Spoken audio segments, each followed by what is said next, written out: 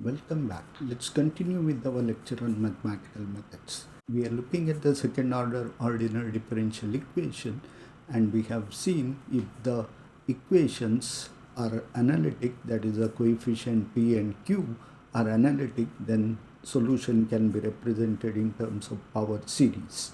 We have also seen an example if the coefficients are not analytic, then we have some problems getting the solution. If the singularities of the differential equation of specific type called the regular singular point, then we can have a power series solution. And that is what we are going to look at here. First, we start with the definition of regular singularities of a differential equation, and then we continue show that there could be possibility of having at least one regular solution at a regular singular point. The second solution may be regular, may be not. It depends on the nature of the coefficients. Let's continue with the lecture. In the previous example, we have seen that in the second order differential equation, coefficient p and q, if they are not analytic, that means that the differential equation has some singularity in them. So one of the important type of singularity is the regular singular point. That means that there is a mild kind of a singular point where you can expect to have some power series solution. Let's have a look at it. Let's consider an ODE of the form d square y by dx square p of x in dy by dx plus q of x into y is equal to 0 is said to be regular singular point at x is equal to x naught. In such case, p and q are not analytic at x is equal to x naught, but x minus x naught into p of x and x minus x naught whole square q of x are analytic at x is equal to x naught. So that means the singularity is allowed both p and q, but the singular point of a p should be a simple pole and the singularity for q should be a pole of order 2. So if this happens, then we call it is a regular singular point. Of course, for simplicity, let's take x naught to be 0 and let us see whether we can have any possible solution for such kind of a problem. That means we have a differential equation where p of x has a simple pole and q of x has a pole of order 2 at x is equal to 0. So in such case, we can write p of x as a 1 by x into some n going from 0 to infinity p of n xn. In this case, the type of singular point is explicitly shown to be simple pole because of 1 by x nature. We can expand this as a 1 by x into p naught plus p1 into x and p2 into x square and so on. Now in this case, we see that at x is equal to 0, p of x is not analytic, but we in fact have a x into p of x is analytic. In the same way, q of x can be expressed as a 1 by x square into some n going from 0 to infinity qn xn. That is, x square is explicitly written, and we see that in this case also we have q of x is not analytic, but if you multiply it by x square, it can be made analytic. This can be made analytic. With this differential equation, we are explicitly assuming the singularity is of the form of a regular singular point. Now we substitute this in the differential equation and see what kind of a solution we do expect. It is clear to see that we would expect a solution of the form y is equal to x to the power s some n going from 0 to infinity x to the a n into x to the power n. So this is mainly because we have separated out the term of 1 by x and 1 by x square. So we would expect a similar factorization for the general solution too. In this case, x to the power s would be also factored out, and that power s need to be estimated using the differential equation itself. Once we substitute back and we can obtain the solution for s, if s could be plus or minus. In the case of x is equal to negative numbers, then the solution would turn out to be not analytic, or it will blow up at the regular singular point. On the other hand, if the s is positive, then the solution would be analytic at x is equal to 0 or at the regular singular point. Now we can determine both s and ai's from the ordinary differential equation, that is substituting this back into the differential equation, collecting and equating the coefficients of x to the power n. We could get a recurrence relation, and that in fact can be used to solve the differential equation in terms of power series. Now let's see how do we go about it. We are going to solve a differential equation of the form d square y by dx square plus p into dy by dx plus q into y is equal to 0. So we have already assumed p is of the form 1 by x into some n going from 0 to infinity pn xn, that is equal to 1 by x into p0 plus p1x plus p2x2 and so on. We have also assumed the q of x of the form 1 by x square some n going from 0 to infinity qn x to the power n, that is 1 by x square into q0 plus q1x plus q2x square and so on. These two forms are assumed such a way that the differential equation is a regular singular point at x is equal to 0. Of course, you can shift origin to any point. If regular singular point is not at 0, it could be any x is equal to x naught, then we can easily shift the origin to x naught and we will have a similar expansion. We substitute back this in the differential equation. In this case, we are assuming solution of the form x to the power s some n going from 0 to infinity an x to the power n, that is x to the power s into a naught plus a1 into x plus a2 into x2 and so on. In order to find out the coefficient, we need to substitute this form of solution in the differential equation. For doing so, we need to differentiate y of x. The y prime of x now is given as a s into a0 into x to the power s minus 1 plus s plus 1 into a1 into x to the power s plus x plus 2 into a2 into x to the power s plus 1 and so on. We need to find the second derivative of y2, so that can be simply computed by differentiating the first derivative once again. We get s into s minus 1 into a0 into x to the power s minus 2 s plus 1 into s a1 x to the power s minus 1 plus s plus 2 into s plus 1 a2 x to the power s and so on.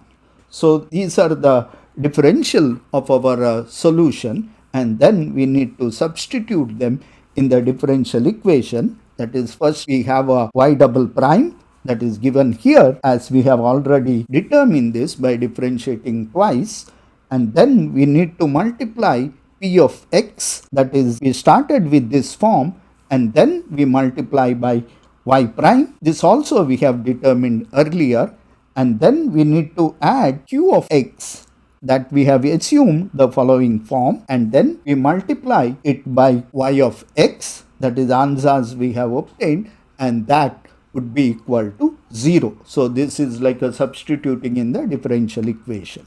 Now this gets quite cumbersome. Now one of the interesting thing is to figure out coefficient of the lowest power of x, and this could be 0 or this could be some minimum value of n, because we have always substituted x to the power s. Now these equations need to be satisfied term by term, as we have already seen in the power series solution that x to the power n are linearly independent functions. If the summation has to go to 0, then every coefficient of x to the power n has to go to 0, and lowest power of this equation, there is a specific interesting term here, that is the lowest power of x to the power n, that is called the indicial equation. This will help us to determine s. It would be of the form x to the power s minus 2. Based on the form of solutions which we have taken, the lowest power of x would be x to the power s minus 2, and this will help us to determine the value of s. Now in our case we get the coefficient of x to the power s minus 2 is s into s minus 1 into a0 plus s into p0 into a0 plus q0 into a0. So this would be the lowest power. Now the interesting property to note here is that the a0 completely factors out. a0 is not equal to 0, then we can obtain the solution for s. We cannot take a0 to be equal to 0 because it would contradict the form of solution which we have assumed. So we need to take the value of a0 not equal to 0.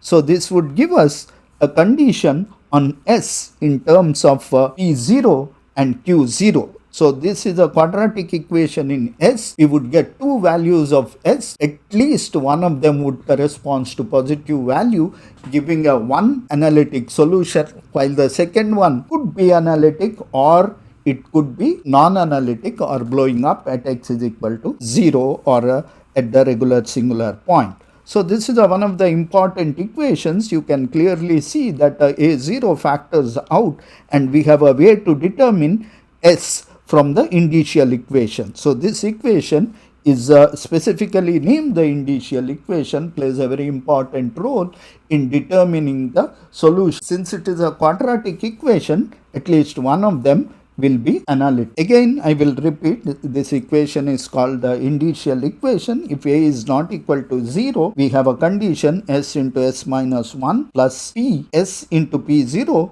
plus q0 equal to 0. This equation is used to determine the s in terms of p0 and q0. Once we know s, we can go ahead and set all other coefficients of x to the power n0. The next immediate one is x to the power s minus 1. So this would give lengthy equation given here, that is s into s plus 1 a1 plus s into p1 into a0 plus p0 into s plus 1 a1 plus q0 a1 plus q1 a0.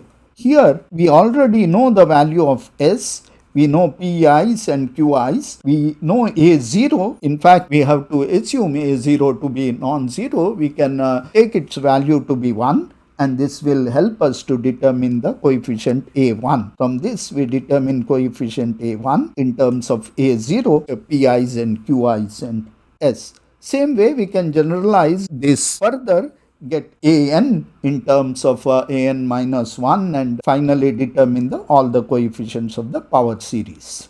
This type of relation is called the recurrence relation. Let's take an example. Though there is a full mechanism to solve this equation, it is often easier to understand this in terms of an example.